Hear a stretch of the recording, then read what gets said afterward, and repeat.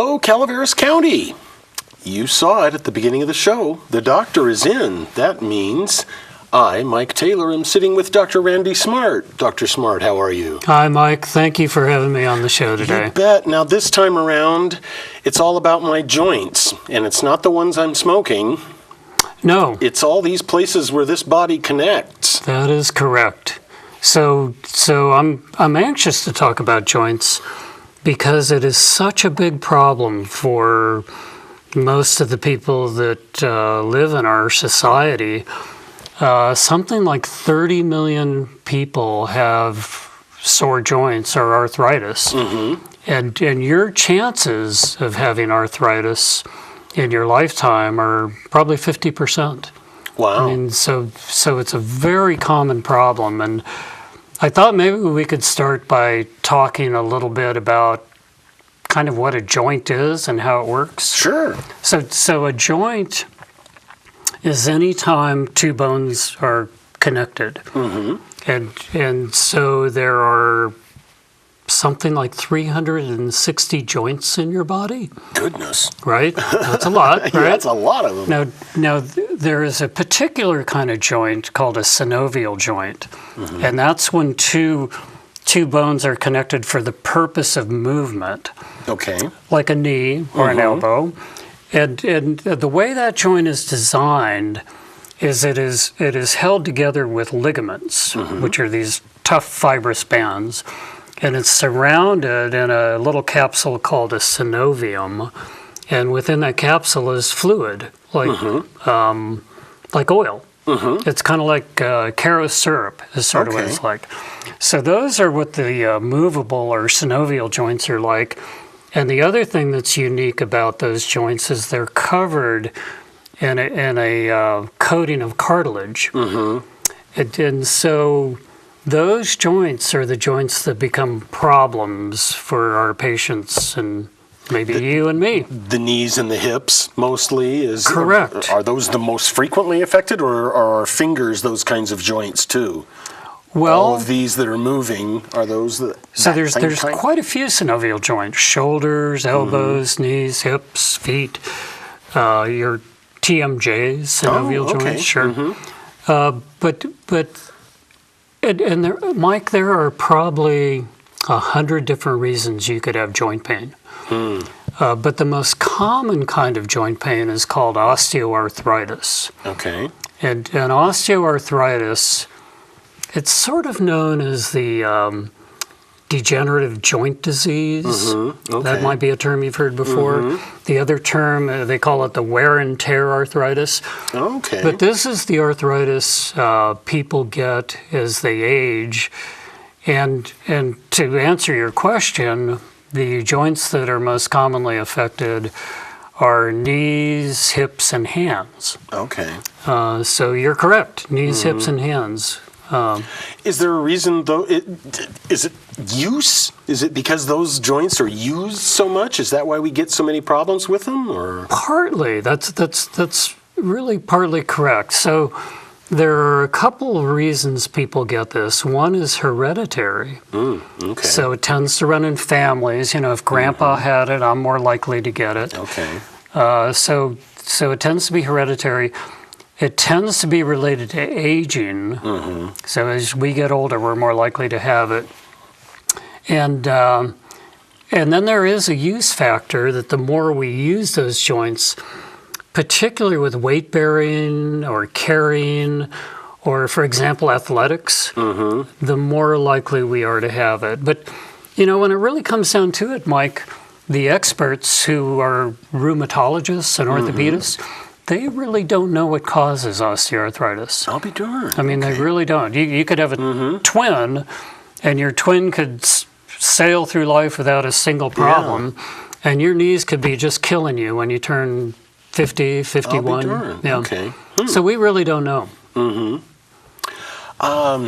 So how does a patient sort of, I guess maybe it's to the point of how much can you take, But when do you get to the point where I've got to go to see a doctor about this? I mean, how do you know? Is it when that pain gets to be so much that you can't use it, or? Yeah, there are some things that should trigger a doctor's appointment. I mean, if your joint pain is bothersome, you should go see a doctor. I mean, because we can tell you what it is, and maybe it's not osteoarthritis. Maybe it's one of these other kinds of arthritis. Maybe it's gout. You know, we've talked about gout before. Or maybe it's rheumatoid arthritis, and those are very different diseases. But let's say you don't have access to a doctor, or you've got a really busy life. When should you be worried, right? I think that's what you're asking. So the arthritis patients, typically what they will have is it'll not be one joint, it'll be several joints. So what you're looking for is several joints. And they tend to be stiff and sometimes swollen, but more often stiff and kind of achy. Not so much a sharp pain, but just kind of achy and stiff. And what happens is if we don't use them, like we sleep and we don't use them, or we sit at a desk and don't use them, or we sit in the big chair at night, you know, the big chair at night, right? Yeah.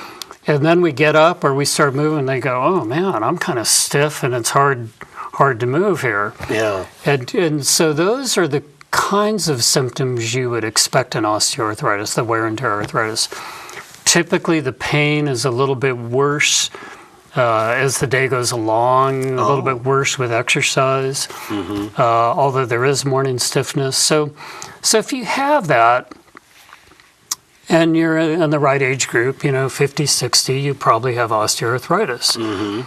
And I would say the first thing a patient needs to do is realize it's a chronic disease.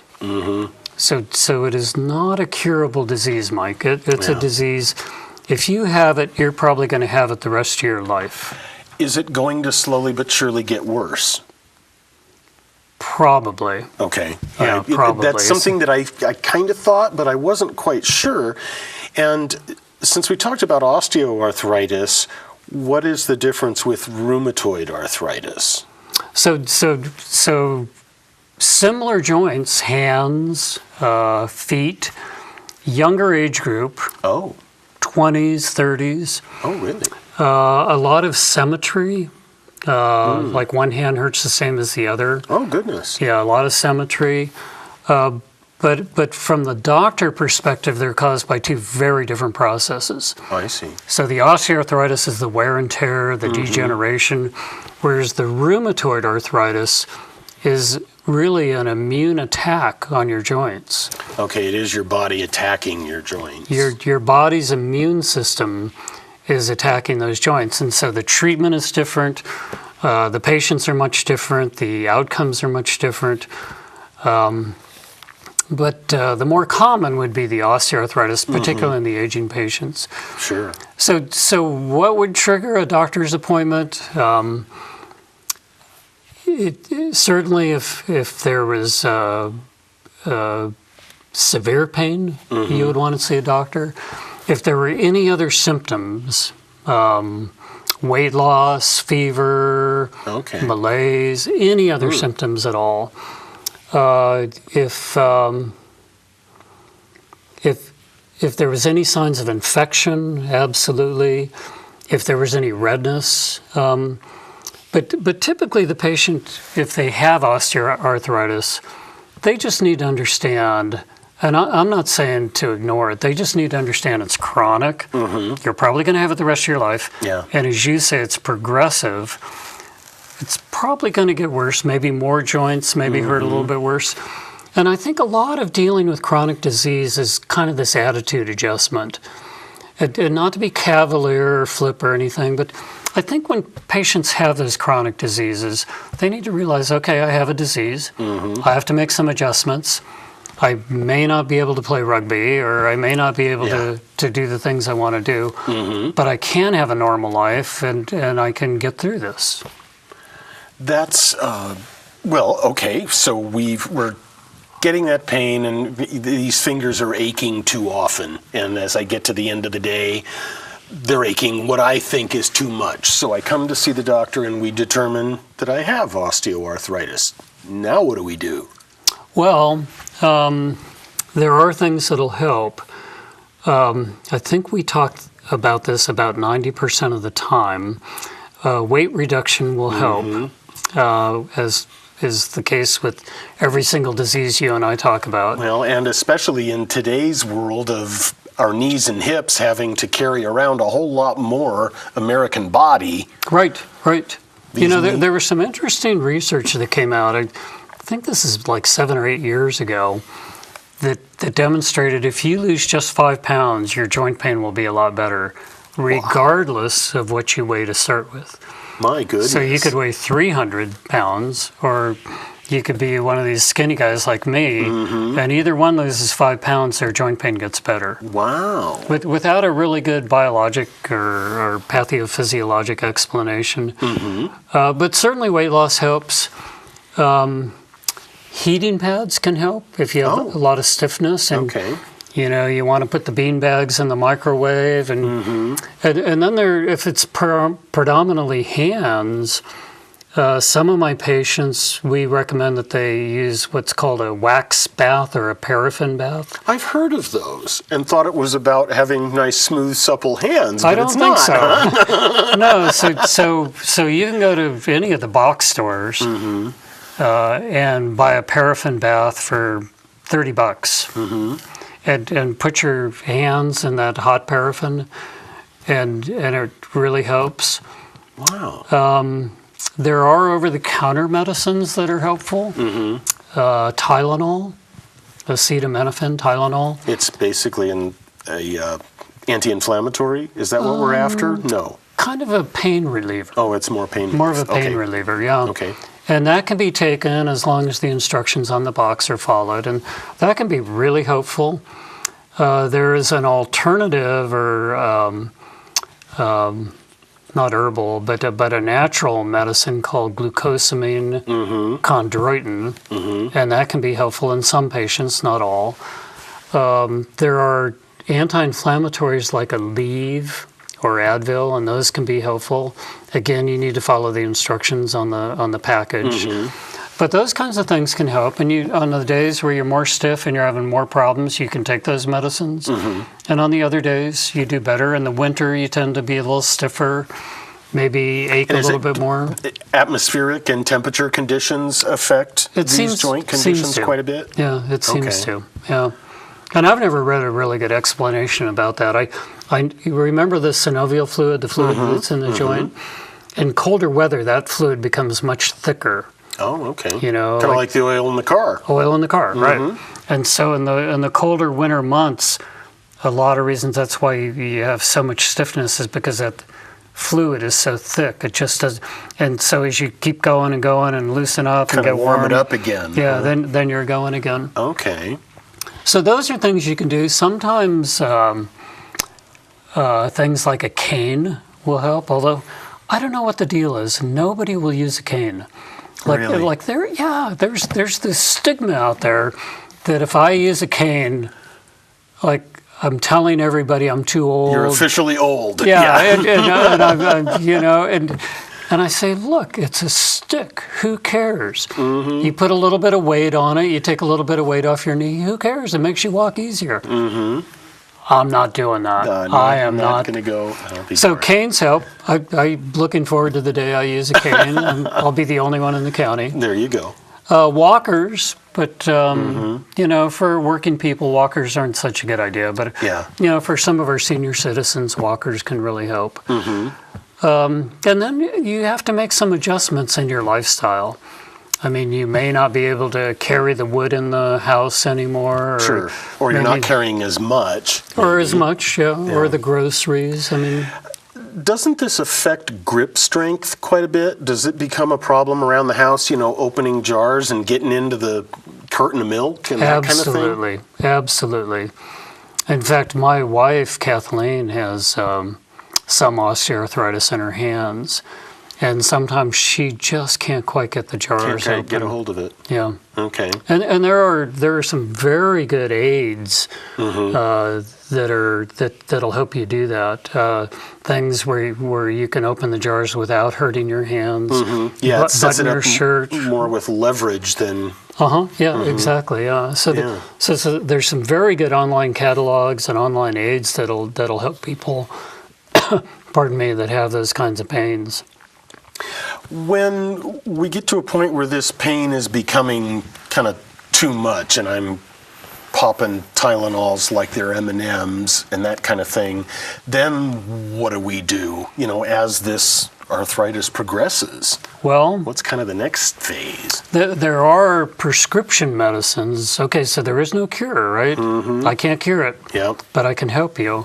And so there are some prescription medicines that'll help.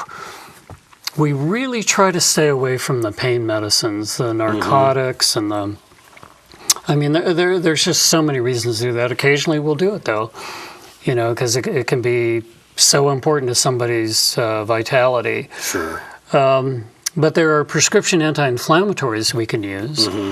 And physical therapy can be very helpful. Oh, really? Okay. And in fact, they can teach. One of the things you want to do is you want to maintain the strength around these joints. Because if the muscles atrophy or the muscles aren't strong, then they start to slip off the joint. And you start ending up with these crooked fingers and crooked knees. That's what causes that. Okay. Yeah, that's muscle atrophy that's no longer holding that joint in place. Okay. So the worst thing you could do if you had osteoarthritis is sit around and go, my hands or my knees hurt so bad, I'm not going to do anything today. My hands hurt. I think I'll watch the Super Bowl or something. and the better thing is to move those hands and knees. Keep it flexing. And there's a balance, Mike. I mean, if you do that too much, they'll hurt more. If you don't do it at all, there's a balance, and it's different for everybody. It's probably kind of like a weight loss workout. You can overwork out, Right, you can and overdo too much yourself. You can overdo it. So it sounds like it's kind of along that. And I would imagine that a physical therapist is really good at helping you with, exactly what kind of exercise is going to help whatever joint problems you have. Yes, it's exactly what they do, and they're very good at it. And it's a resource that just should be used in almost every case. But let's say you've done all that, and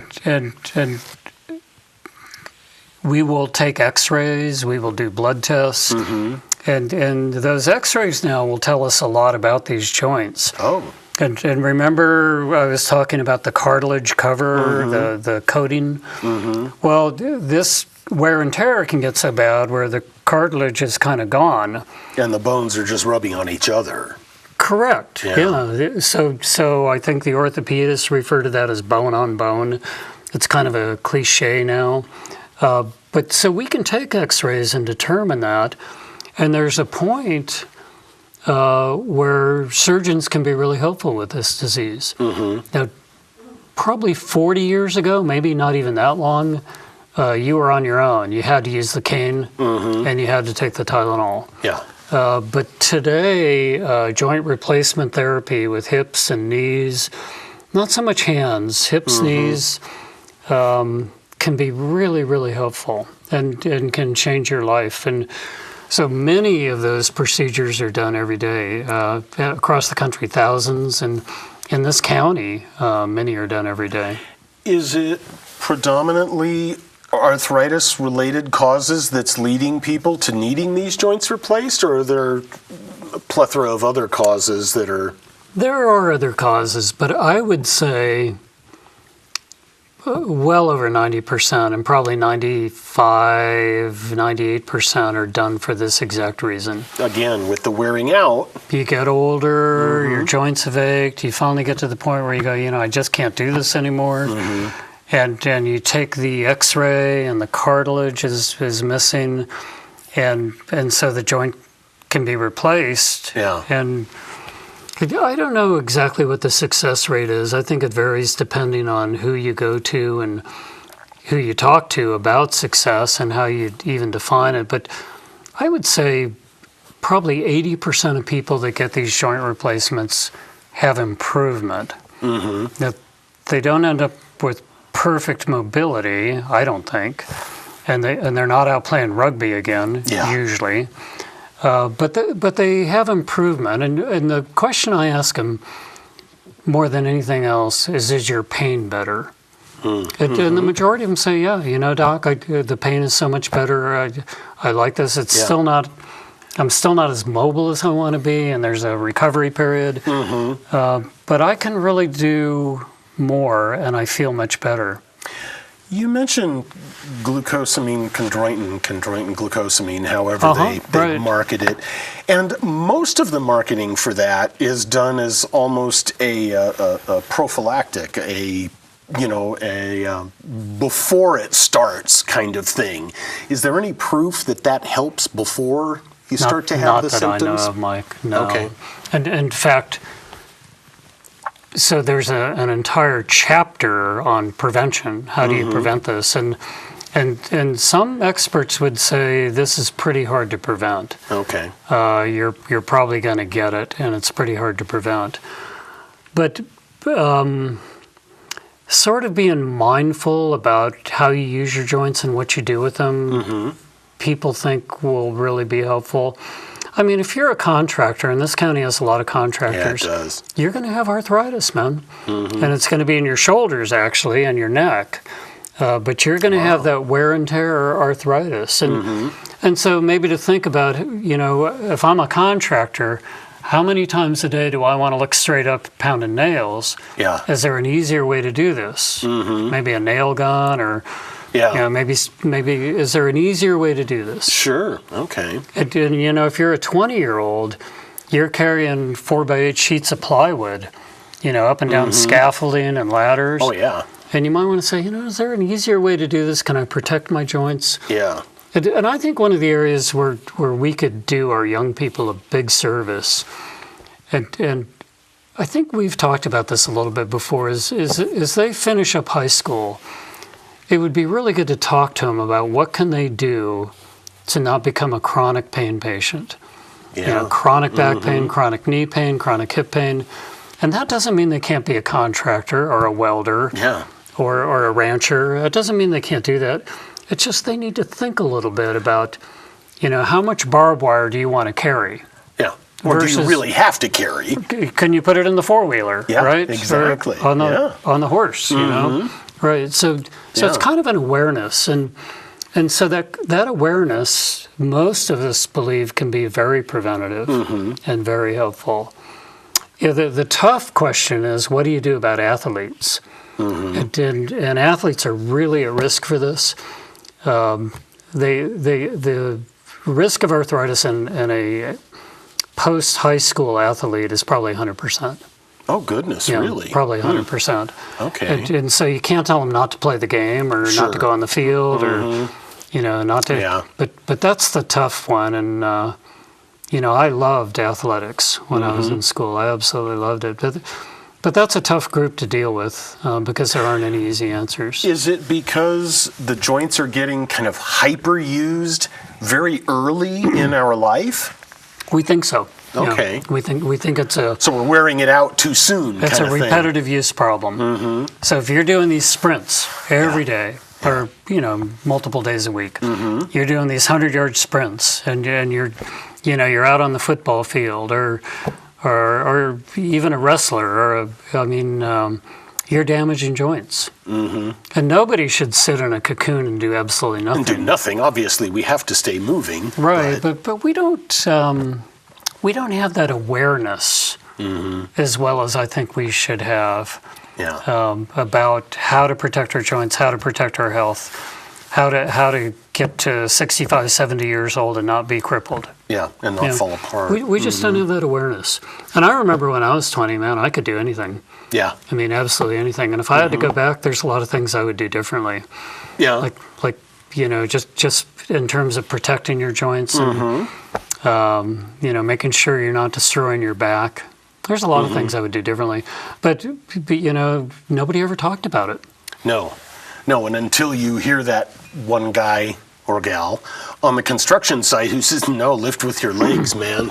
Quit bending over to pick that up. Right. You've got to squat, and that's why the bodybuilders go so hard on squats. That's how you build your legs, right. and build your strength. But those are knees just going. Yeah, that's your knees too. Yeah, right. That's right. So it's almost, you'd like the foreman or the general contractor to say, look, everybody, you don't have to carry this plywood. Yeah. Or you don't have to look up at this ceiling all day long. That's the reason we've got the forklift. There's easier ways to do this, right? Yeah. We touched on diet and losing weight, obviously. We can all stand to do that. Is there anything dietetically that helps these joint conditions? Not in terms of a specific food or substance. Yeah, or don't eat that because that starts to affect the joint tissues. Not that I'm aware of, Mike. Okay. No, Okay. the only thing I'm aware of is that if you have some weight loss, you will have improvement in joints, and that's not just weight-bearing joints. It's like hands. What does weight loss have to do with your hands? Yeah. But it appears to make a difference. Well, and we are systemic creatures. It's all about the whole system, not just the one little part that's wearing out. Right. So. Exactly. All right. So we're down to about our last 2.5 minutes. So we're having some pain in our joints. Maybe our first thing is try some Tylenol to see if that gives us some pain relief. Mm-hmm. Would you ask a doctor first before you tried chondroitin and glucosamine? I don't think so. No. Give it a try and see if it gives you some relief. Sure. Try some chondroitin, glucosamine. You could try some Aleve, Advil. With a little bit of care that you're not taking lots of it every day. Yeah. And just making sure that this seems to be what it is. If you have one joint that's just killing you, that can be osteoarthritis, but it can also be a number of other things. Other things that somebody should look at. And I'm actually surprised, up here in Calaveras County, my practice has been up here about 18 years, and I x-ray a lot of joints for this exact reason. And a couple times a year, I find things where I had that were really unexpected. Wow, okay. And you send them to the bigger medical centers, and they go, really? How did you find this? I said, well, I just x-rayed their joint. Took an x-ray, and lo and behold. And there it was. Yeah. So I think seeing a doctor or a provider, practitioner, I think is a good idea. But the expectation shouldn't be that they're going to cure this. I'm going to get cured and all the pain's going to go away. Yeah, this is unfortunately probably something you're going to have to live with, and it's okay. You can live with it. If you think about it, and 50% of people get this disease, all these people you see scurrying around in the county, they have it. They have it. And they find a way to get through it. And that's it, ladies and gentlemen. The doctor, Dr. Randy Smart, has thankfully told us to take care of our joints. So learn how to use them and use them correctly. Until the next time, I'm Mike Taylor. The doctor is out.